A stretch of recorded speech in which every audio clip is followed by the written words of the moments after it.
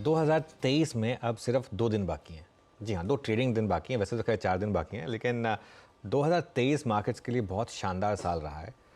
नई जोश, नई सोच और नई ऊर्जा के साथ हम 2024 का स्वागत करेंगे। क्या बाजार अगले साल भी 2023 जैसा ही पैसा बनाकर देगा या उससे ज़्यादा पैसा बनाकर देगा? और अगले साल के लिए किस तरह का ट्रेंड रहेगा?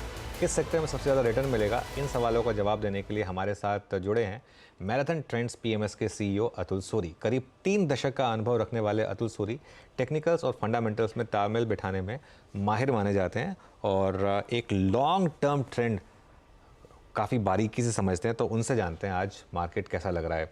Atul ji, good morning. और आपको सबसे पहले तो सीजन्स ग्रीटिंग्स और न्यू ईयर की ऑलरेडी एडवांस में ग्रीटिंग्स। 2023 ने बहुत पैसा बना कर दिया और मुझे याद है आपकी और मेरी जब बात हुई थी दिवाली पर, उसके बाद जब आप पिछले महीने भी आए थे और आपने लगातार कहा था कि ये बड़ी वाली तेज़ी है और इसमें हम जो गलती करते हैं वो एक पर्टिकुलर लेवल से देखते हैं कि इतना चला है, जबकि अगर हम 3 साल के एक ट्रेंड लाइन बनाएंगे तो शायद तेज़ी की तो अभी शुरुआत हुई है। करेक्ट। क्या 2024 के लिए वो व्यू अभी भी इंटैक्ट है? ये व्यू था पहले, वो हिंदुस्तान के लिए था, लेकिन जब मैं ग्लोबल चार्ट्स देखता हूँ तो मुझे एक्चुअली इसमें और कॉन्फिडेंस बढ़ रहा है। अगर आप ग्लोबल मार्केट्स देखें तो आप देखेंगे कि अब इनमें ब्रेकआउट शुरू हुए हैं। अगर आप S&P, डाउ, नैस्डैक देखें तो आप देखेंगे कि इंडिया एक मार्केट थी कि जो पहले एक ब्रेकआउट बना चुकी थी। इनफैक्ट फर्स्ट ग्लोबल मार्केट जिसने लाइफ टाइम हाई बनाया था। लेकिन अगर आप US मार्केट्स देखें तो आप देखेंगे कि इनकी तेज़ी अब शुरू हो रही है। तो अगर ये बैकड्रॉप लेके देखें तो अगर हम सोच रहे हैं कि 21,500 टॉप है या जो भी है, हम अपने आप को लिमिट कर रहे हैं। तो अगर हम इसकी एक स्टेप पीछे लें और देखें कि इसका कारण क्या है, इसका मेजर कारण अनुज ये है कि जो US में 10 ईयर बॉन्ड यील्ड्स हैं वो ऑलमोस्ट 5 तक पहुंच के वहाँ से घट रही हैं। 3.8 पर 3.88 चल रहा है और हमारा अंडरस्टैंडिंग है ये 3.3 तक सेटल होंगे। तो इस हिसाब से कि जब ब्याज इंटरेस्ट रेट्स कम होते हैं, पैसा इक्विटी में ज़्यादा फ्लो होता है, एक रिस्क ऑन मोड आता है और एक ग्रोथ का एक वापस एक साइकिल चलता है।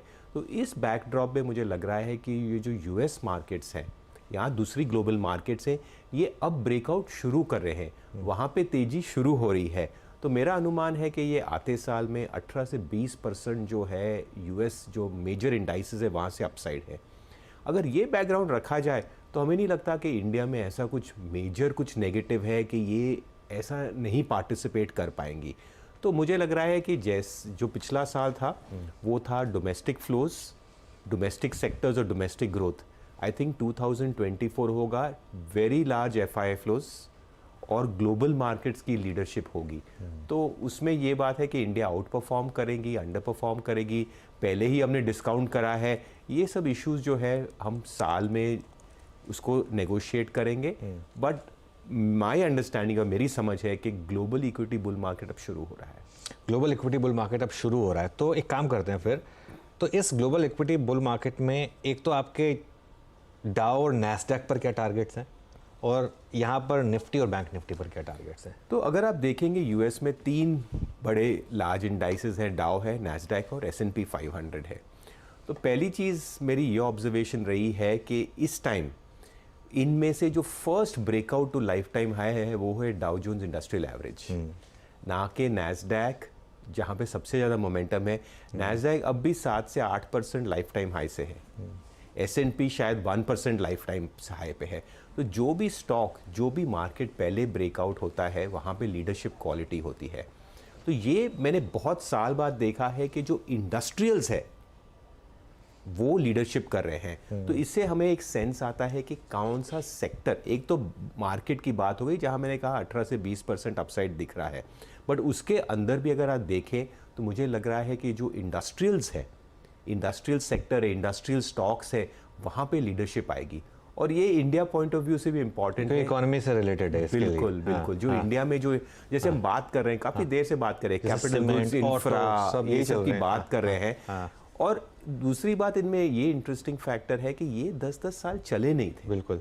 जैसे अब आज सब PSU की बात करें, लेकिन PSU तो 20 साल से नहीं चले सेक्टर। बिल्कुल। तो क्या होता है कि जब सेक्टर 10 साल नहीं चलते हैं और जब वहाँ पे तेज़ी आती है वो 1 साल 1.5 साल में नहीं एंड होता, वो काफ़ी लंबी चलती है।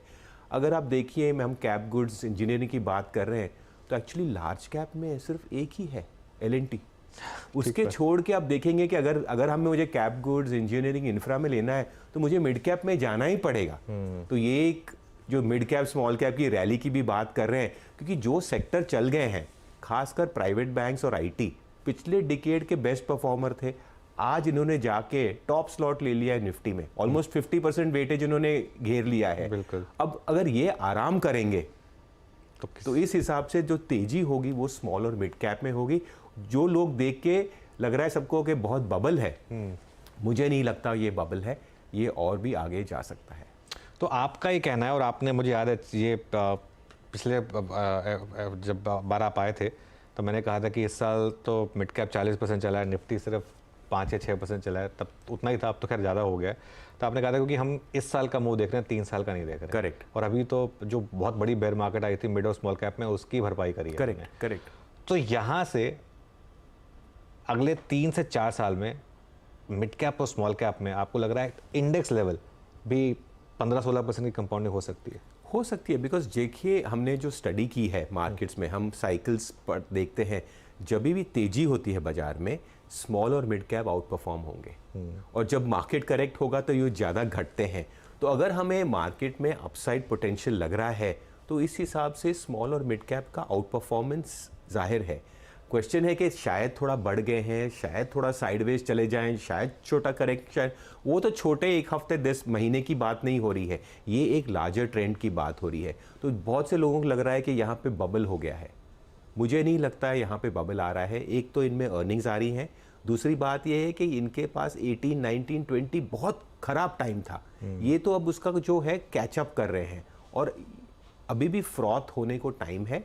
सेक्टर्स और थीम्स जो चल रहे हैं वो एक्चुअली उनमें इसका बहुत बड़ा रिप्रेजेंटेशन है। तो मुझे लग रहा है कि आगे लोगों को क्या है, 1 साल बढ़ गया है, लोगों को लगता है कि 1 साल की तेजी होती है, 1 साल की मंदी होती है। अगर आप 2003 और 8 की जो बुल मार्केट देखे हैं तो एक 5 साल की भी तेजी हो सकती है। और याद है उसमें 3 बार मार्केट नीचे का सर्किट भी लगा था, करेक्शन हुई थी। हाँ। बिल्कुल, लेकिन फिर भी हम उसे एक बुल मार्केट कहते हैं। तो मैं नहीं कह रहा कि कल करेक्शन ही हो, करेक्शन होना है, इनफैक्ट करेक्शन होना ज़रूरी होता है, क्योंकि उससे क्या होता है कि एक्सेसेस कम हो जाते हैं। तो मुझे लग रहा है कि एक स्ट्रक्चरल थीमेटिक रैली है ग्लोबली, और ये इंडस्ट्रियल्स में ज़्यादा पार्टिसिपेशन हमें मिलेगा। ओके, चलिए ठीक है, ये बात हो गई। तो mid caps, small caps, industrials, तो क्या अब हम जो हमारे पुराने हीरो रहे हैं, for example HDFC bank, correct, जिन्होंने 3 साल से कुछ नहीं करके दिया, हालांकि 1 महीने में ये भी चला है 10%, करेक्ट, इनको भूल जाएं या फिर ये भी बस रेस्ट ले रहे हैं और दोबारा फिर मुंह दिखाएंगे? नहीं, मेरे हिसाब से कि इनके लिए पिछला साल कुछ अनस्पेक्टेक्युलर रहा, ये साल उससे बेहतर रहेगा, क्योंकि इसका कारण है कि ये जो FIs हैं, आप देखेंगे कि ऐसा नहीं है कि FI को इंडिया पसंद है नापसंद है, इनके जो फ्लोज हैं वो बहुत डिपेंडेंट है कि आपके इंटरेस्ट रेट्स क्या चल रहे हैं, बाकी ग्लोबल मार्केट्स क्या कर रही है। तो मैंने देखा है कि जैसे हमने बॉन्ड यील्ड्स की बात करी, जब बॉन्ड यील्ड्स बढ़ते हैं कॉस्ट ऑफ कैपिटल बढ़ता है, तो एक रिस्क ऑफ मोड होता है, इमर्जिंग मार्केट्स से आउटफ्लोज होते हैं, जो हमने पिछले साल देखा है। जैसे बॉन्ड यील्ड्स घटे हैं पिछले 1-1.5 महीने में, आप देखेंगे कि दिसंबर में रिकॉर्ड FI फ्लोज आ रहे हैं। बिल्कुल। और मुझे लग रहा है कि आते साल में FI फ्लोज एक रिकॉर्ड बनाएंगे, इंडिया का हाईएस्ट FI फ्लो 2024 में आएगा, मुझे ऐसे लगता है। तो उस कारण जो ये जो लार्ज कैप्स हैं जिन्होंने अंडर परफॉर्म किया है, इनमें भी रैली आएगी। बट इनमें रैली आएगी ये मतलब नहीं कि स्मॉल और मिड कैप नहीं चलेंगे, ये एक ब्रॉड बेस्ड रैली चल रही है। और एक्चुअली जो लार्ज कैप जिन्होंने अंडर परफॉर्म किया है, क्योंकि FI की कांस्टेंट सेलिंग थी, अब मुझे लगता है कि वो भी उनका पार्टिसिपेशन ऑलरेडी आप दिसंबर में देख रहे हैं कि जैसे FI फ्लोज आए, ये स्टॉक्स ने है कि काफ़ी अच्छा दिसंबर मंथ दिया है। ओके, काफ़ी अच्छा दिसंबर मंथ दिया, बिल्कुल। और मेरे ख्याल से अगर ये ट्रेंड कंटिन्यू किया तो 2024 में 5 लाख करोड़ तक भी आ सकता है FIs का, मतलब इस लेवल का पार्टिसिपेशन आ सकता है। और ये बात मुझे बहुत इंटरेस्टिंग है कि अगर डोमेस्टिक के SIP फ्लोज आते रहे, FI की भी बाइंग आती रही, अगर दोनों बायर हो गए, लास्ट ईयर क्या था, एक सेलर था एक बायर था, दोनों बायर हो गए तो उसका क्या इम्पैक्ट होगा? मुझे लगता है कि इसका जो सप्लाई आएगी वो इंडियन प्रमोटर्स करेंगे। पूरा का पूरा। आप देखोगे कि रोज एक IPO बनेगा, और इसके साथ जो फ्लो QIPs, OFS गवर्नमेंट बेचेगी। तो जो सप्लायर जो अगले साल का होगा, मुझे लगता है इंडियन प्रमोटर्स होंगे, क्योंकि इनको क्या है कि जैसे लिस्टिंग हो रही है, जैसे रिस्पॉन्स आ रहा है, तो यहाँ पे तो लाइन लग जाएगी। तो मतलब आपका ये मानना है कि ये लोग जो हैं जो एफआईआईज बाय करेंगे वो और डीआईएस बाय करेंगे, जरूरी नहीं है कि उससे मार्केट में बबल हो, क्योंकि एक सप्लायर भी होगा, सप्लायर भी होगा कहीं ना कहीं से सप्लायर, क्योंकि अगर सप्लायर नहीं हो तो बबल हो जाएगा और ज़्यादा दिन टिकेगा नहीं। अगर आपकी डिमांड है तो सप्लाई अपने आप आएगी। और इंडिया में आप देखेंगे कि ये जो प्राइवेट इक्विटी मार्केट है, यहाँ पे बहुत कंपनियां तैयार हैं, और अगर आप मैनेजमेंट्स को मिले तो बहुत से तैयारी में है लिस्टिंग करने के लिए, एक दूसरे को देख के कोई पीछे नहीं हटता।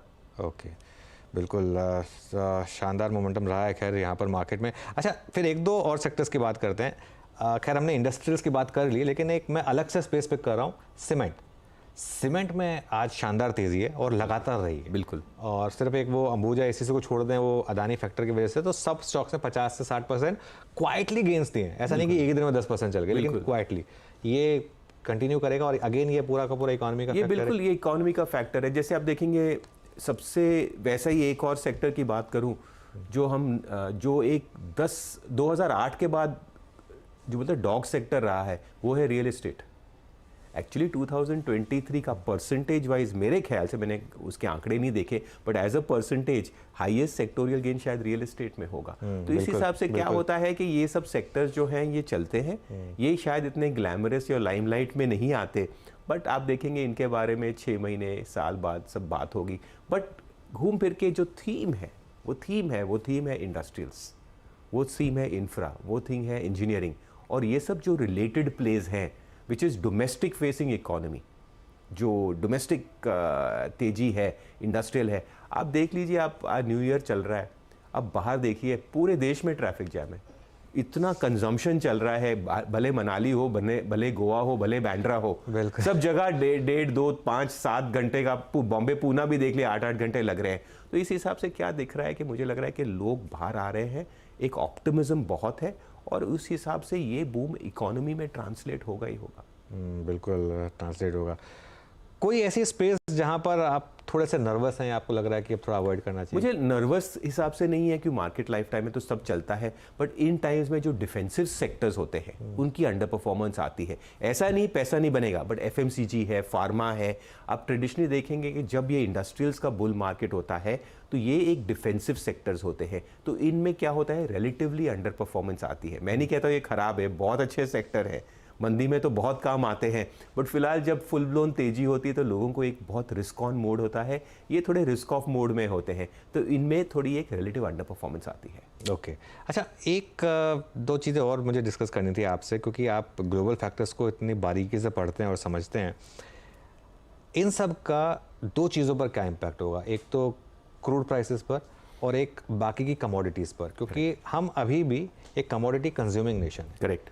तो यहाँ पर क्या मूव लग रहा है आपको, और उससे आपको लगता है कि अगर बड़ा कमोडिटी सुपर साइकिल आई अगर किसी वजह से, तो क्या इंडिया पे उसका इम्पैक्ट आएगा, या फिर क्योंकि हमारी खुद की डोमेस्टिक इकोनॉमी की स्ट्रेंथ इनहेरेंट होगी, हम उसको एब्जॉर्ब कर लेंगे?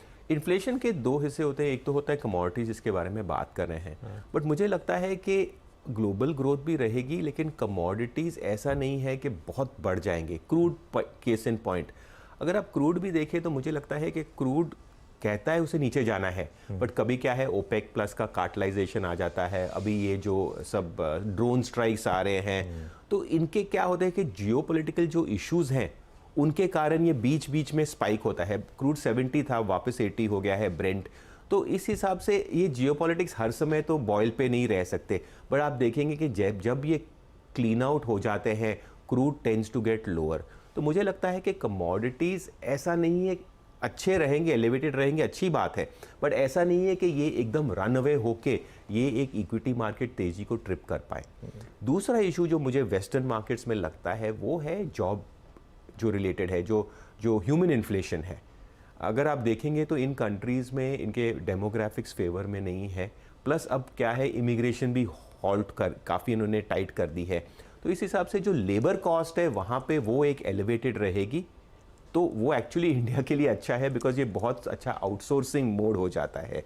बट मुझे नहीं लगता कि कमोडिटीज़ एलिवेटेड रहेंगी, ऐसा नहीं कि कचरे के भाव बिकेंगी, बट उस हिसाब से उनकी फेयर प्राइसिंग रहेगी, बट इक्विटी मार्केट को वो ट्रिप नहीं करेंगी।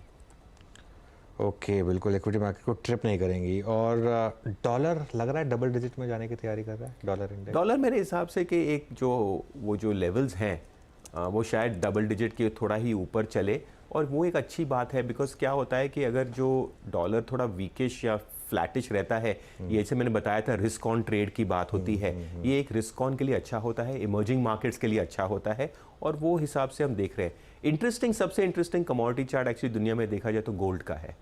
अगर आप देखेंगे गोल्ड ने बहुत देर से एक कंसोलिडेटिव करके एक ऑलमोस्ट ब्रेकआउट लेवल पे है, और जैसे हमने देखा है कि जब यूएस फेड रेट कट करता है तो गोल्ड में एक मूव आता है। तो अगर मुझे किसी कमोडिटी में बेट लेना हो तो शायद मैं गोल्ड पे लूँ। ओके, किसी कमोडिटी में बैठ लिया तो गोल्ड पे लेंगे, ये एक इंटरेस्टिंग हो गया मूव यहाँ पर।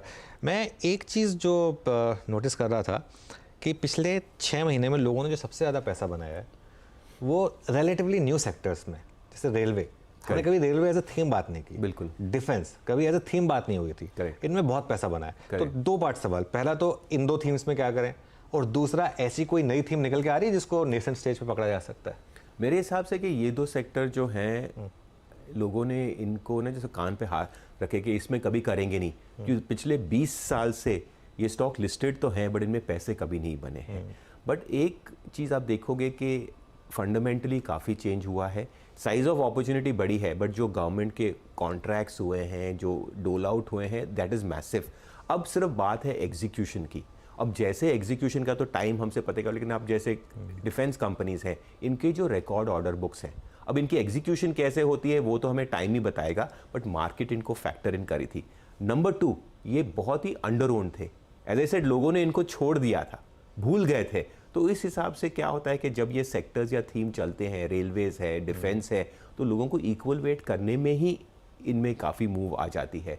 तो मुझे लगता है कि ये एक थीमेटिक एक ग्राउंड पे चेंज हो रहा है, एक एग्जीक्यूशन चेंज हो रहा है, और वो रिफ्लेक्शन दे रहा है मार्केट में। ऑलराइट, तो अतुल जी बहुत बहुत शुक्रिया आज हमारे साथ जुड़ने के लिए, और आपको एक बार फिर से 2024 की बहुत same to you and all the viewers. Okay, चलिए ये बात हुई मार्केट के लॉन्ग टर्म ट्रेंड